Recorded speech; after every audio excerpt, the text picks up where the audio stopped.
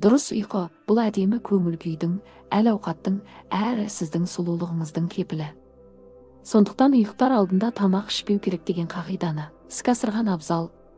Алайда ұйықтар алдында жүрек жалғап алғысы келіп тұрған адам еріксіз тамақтанып алуы ғажап емес.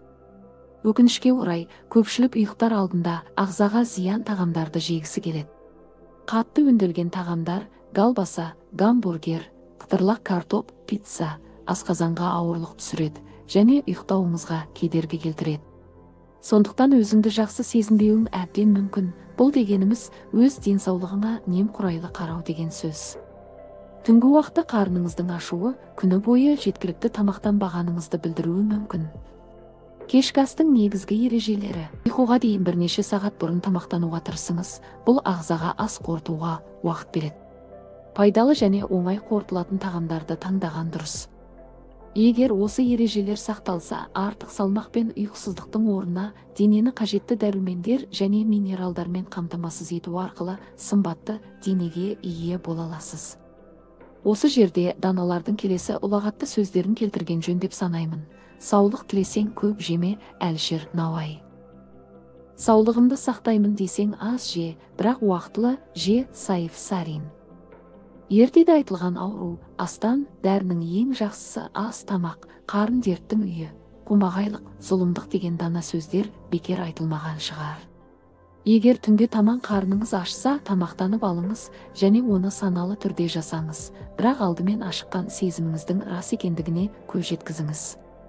Ал экран алдында тамақтану бұл ағзадан, мидан келетін табиғи қанығу сигналдарын басып, жеп отырған тамағыңыздан толықтай ләззат алу қабілетіңізді төмендетеді және артық тамақ жеуге әкеледі. Сонымен ұйықтар алдында шын қарныңыз ашса, ұйқыға кері әсерін тигізбейтін тағамдарды таңдаңыз. Кейбір тағамдар жақсы ұйықтауға көмектеседі, ал басқалары керісінше ұйқысыздықты тудырады. Жақсы ұйықтау үшін қандай тағамдар жеген абзал? Біріншіден, банан басқа жемістерге қарағанда тәбетті жақсы басады. Жоғары калориялы болғанына қарамастан, сэндвичке қарағанда банан жеген дұрысырақ. Екіншіден, бананның құрамында бұлшықеттердің тез қалпына келуіне ықпал ететін магний мен калий бар.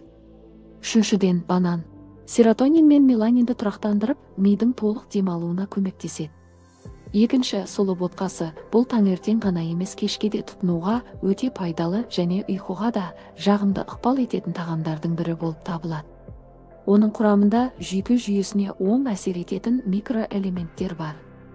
Ботқаға банан қоссаңыз, пайдасы одан да күштірек болады. Үшінші, жұмыртқа. Егер түнде қарныңыз ашып ұйықтай алмасаңыз, кешке пісірілген жұмыртқа жеуді әдет қылыңыз. Жұмыртқада ақуыз көп, сондықтан түнде ас үйге жүгірудің қажеті болмайды. Төртінші, бадам. Құрамындағы магнийдің арқасында бадам тез ұйықтауға көмектеседі, сонымен қатар өзіңізді тоқ сезіндіреді. Бадамның құрамында пайдалы майлар да бар. Бесінші, тунец. Түні бойы жақсы ұйықтауға және артық калориядан арылуға көмектесетін құрамында ақуызы көп тағамның бірі. Оны тұтас дәнді нан және жас қиярмен бірге жеңіз. Егер осы видеомыз ұнаса, достарыңызбен бөлісіп пікір қалдырыңыз. Сіздермен әлем арнасы.